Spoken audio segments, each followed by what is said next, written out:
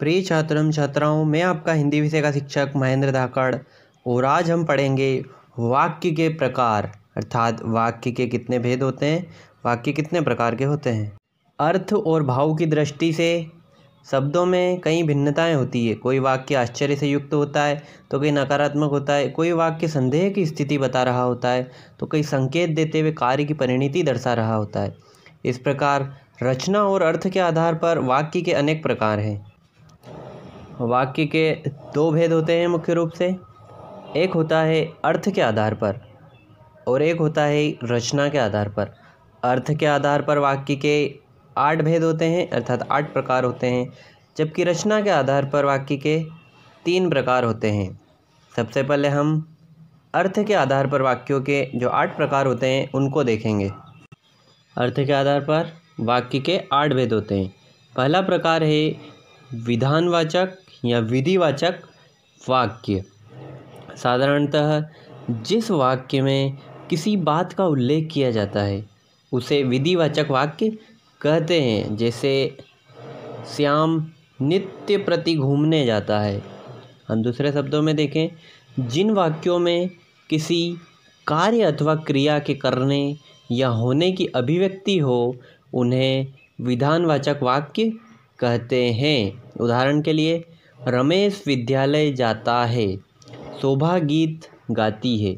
इस प्रकार हमने देखा कि जिस वाक्य में किसी बात का उल्लेख किया जाता है उसे विधिवाचक वाक्य कहते हैं, या जिन वाक्यों में किसी कार्य अथवा क्रिया के करने या होने की अभिव्यक्ति हो उन्हें विधानवाचक या विधिवाचक वाक्य कहा जाता है।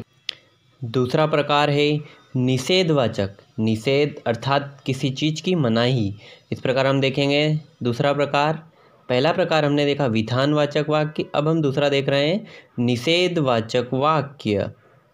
जिन वाक्यों से किसी कार्य के निषेध अथवा न होने का आभास होता है उन्हें निषेधात्मक या निषेधवाचक वाक्य कहते हैं।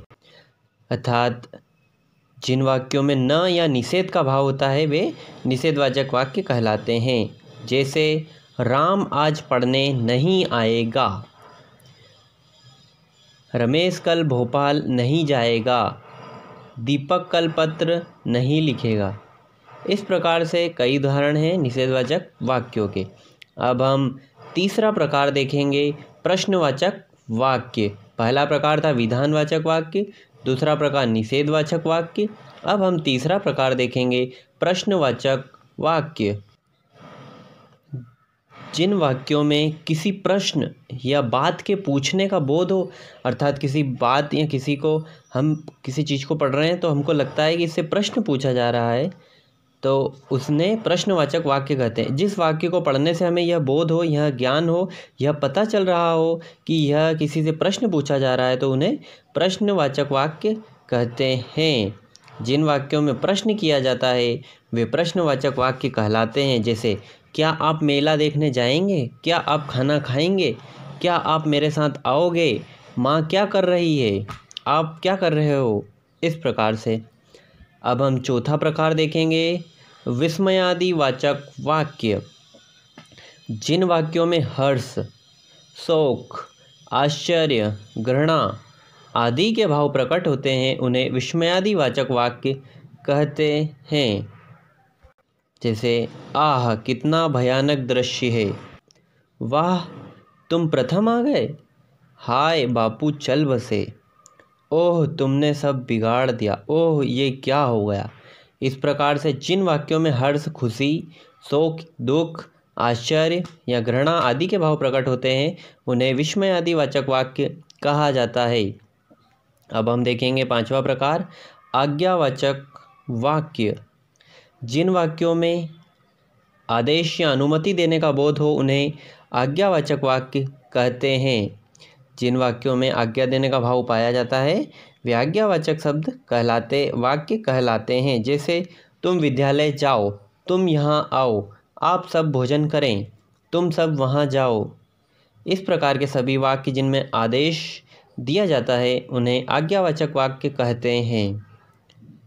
अभी तक हमने देखा विधानवाचक वाक्य, निषेधवाचक वाक्य, प्रश्नवाचक वाक्य, विस्मयादिवाचक वाक्य। आज्ञावाचक वाक्य। अब हम छठा प्रकार देखेंगे, इच्छावाचक वाक्य। इच्छावाचक वाक्य में किसी कार्य को करने या होने की इच्छा जताई जाती है। अब हम देखते हैं, जिन वाक्यों से वक्ता की इच्छा, शुभकामना, आशीर्वाद आदि भाव का बोध होता है उन्हें इच्छावाचक वाक्य कहते हैं। जैसे हम कोई इच्छा प्रकट कर रहे हैं, किसी को आशीर्वाद दे रहे हैं, किसी से निवेदन प्रकट करने वाले वाक्य का प्रयोग कर रहे हैं, तो वह इच्छावाचक वाक्य कहलाते हैं। जैसे ईश्वर करे तुम्हारी नौकरी लग जाए, ईश्वर करे आप शीघ्र स्वस्थ हो जाएं, आज बारिश होना चाहिए, हो सकती है, नव संवत्सर मंगलमय हो, अर्थात नया साल खुशियों से भरा हुआ हो। अब हम देखेंगे सातवां प्रकार, संदेहवाचक। संदेह का मतलब है शक प्रकट करना। जिन वाक्यों में किसी कार्य के होने में संदेह प्रकट होता है उन्हें संदेहवाचक वाक्य कहते हैं। संदेह या संभावना प्रकट करने वाले वाक्य संदेहवाचक वाक्य कहलाते हैं। जैसे संभवतः वह लौट नहीं पाएगा, संभवतः आज मैं दिल्ली जाऊं, वे आज वाराणसी पहुंच गए होंगे, उन्होंने खाना खा लिया होगा, अर्थात उन्होंने भोजन कर लिया होगा। इस प्रकार के वाक्यों को संदेहवाचक वाक्य कहा जाता है। अब हम देखेंगे अंतिम प्रकार अर्थात आठवां प्रकार, संकेतवाचक। संकेत का मतलब किसी चीज़ की ओर इशारा या संकेत करना। जिन वाक्यों से एक क्रिया के दूसरी क्रिया पर निर्भर होने का बोध होता है उन्हें संकेतवाचक वाक्य कहते हैं। जैसे यदि आप आ जाएं तो काम बन जाए। जिन वाक्यों से किसी क्रिया के दूसरी क्रिया पर निर्भर होने का बोध हो अर्थात ज्ञान प्राप्त हो वे संकेतवाचक वाक्य कहे जाते हैं। जैसे पानी न बरसता तो धान सूख जाते, अभी भी वर्षा हो जाती तो फसल बच जाती। इस प्रकार के वाक्य संकेतवाचक वाक्य कहलाते हैं। इस प्रकार हमने वाक्य के भेद में अर्थ के आधार पर वाक्य के भेद देखे, जिनमें विधानवाचक वाक्य, निषेधवाचक वाक्य, प्रश्नवाचक वाक्य, विस्मयादिवाचक वाक्य, आज्ञावाचक वाक्य, इच्छावाचक वाक्य, संदेहवाचक वाक्य, संकेतवाचक वाक्यों को देखा। परीक्षा में कभी कभी विकल्प के रूप में सीधा पूछ लिया जाता है कि वाक्य के भेद कितने होते हैं। अर्थ के आधार पर वाक्य के कितने भेद होते हैं, रचना के आधार पर कितने होते हैं।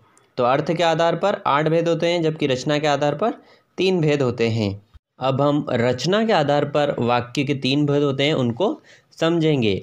रचना के आधार पर वाक्य के 3 भेद होते हैं जो इस प्रकार हैं। पहला सरल वाक्य, दूसरा मिश्रित या मिश्र वाक्य, तीसरा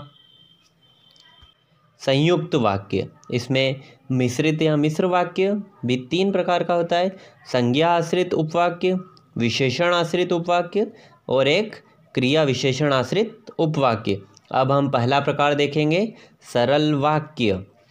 जिस वाक्य में एक उद्देश्य और एक विधेय होता है उसे सरल वाक्य कहते हैं। सरल वाक्य में क्रिया एक ही रहती है। एक ही भाव को प्रकट करने वाले वाक्य सरल वाक्य कहे जाते हैं। उनमें एक ही क्रिया होती है। जैसे राम विद्यालय जाता है, मैं खाना खाता हूँ, सुधीर पानी पीता है, शालिनी पाठ पढ़ती है।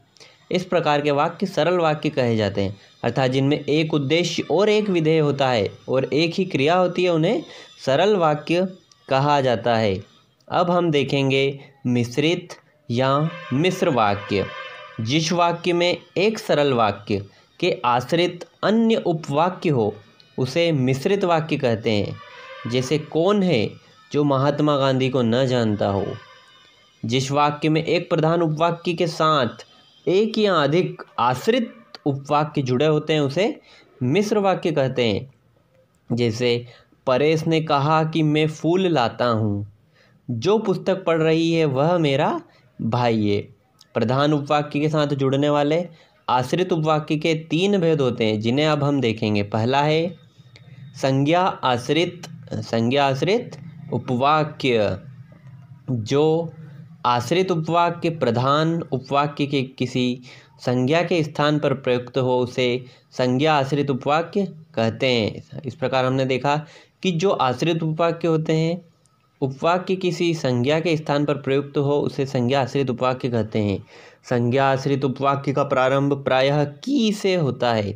एवं प्रधान वाक्य में क्या लगने पर मिलने वाला उत्तर संज्ञा आश्रित उपवाक्य होता है। जैसे मैं जानती हूँ कि शीला गीत गाती है। हम सब जानते हैं कि रामचरितमानस के रचयिता गोस्वामी तुलसीदास हैं। विशेषण आश्रित उपवाक्य दूसरा प्रकार अब हम देखेंगे। हमने देखा संज्ञा आश्रित उपवाक्य, अब हम देखेंगे विशेषण आश्रित उपवाक्य। जो आश्रित उपवाक्य प्रधान उपवाक्य की संज्ञा या सर्वनाम की विशेषता बताते हैं उन्हें विशेषण आश्रित उपवाक्य कहते हैं।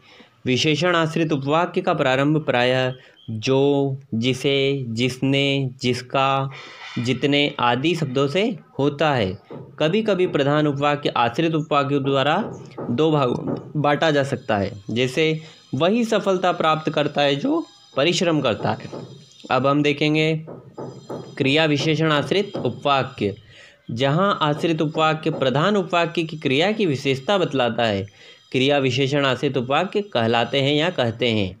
क्रिया विशेषण आश्रित उपवाक्य का प्रारंभ क्योंकि, ताकि, जब, यदि, जहाँ, जैसे, ज्यों आदि शब्दों से होता है तथा क्रिया विशेषण आश्रित उपवाक्य प्रायः प्रधान उपवाक्य से पहले आता है। जैसे जब वह आ जाए तब तुम भोजन बनाना।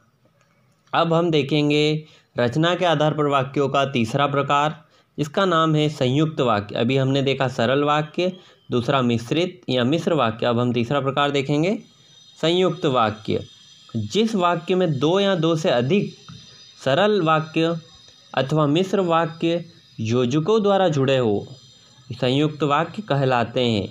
ये वाक्य जो संयुक्त वाक्य होते हैं वे वाक्य या, अथवा, किंतु, एवं, लेकिन आदि योजक शब्दों से जुड़े रहते हैं। इस प्रकार हमने देखा कि जिस वाक्य में सरल अथवा मिश्रित वाक्यों का मेल संयोजक शब्दों द्वारा होता है उसे संयुक्त वाक्य कहते हैं। जैसे जब वह आ जाए तुम भोजन बनाना। श्याम घर जा रहा था और उसके साथ उसकी बहन भी घर जा रही थी। इस प्रकार हमने देखा कि जिस वाक्य में दो या दो से अधिक सरल वाक्य अथवा मिश्र वाक्य योजकों द्वारा जुड़े हो संयुक्त वाक्य कहलाते हैं। इस प्रकार हमने देखा अभी कि रचना के आधार पर वाक्य के तीन भेद होते हैं, सरल वाक्य, मिश्रित या मिश्र वाक्य और तीसरा संयुक्त वाक्य।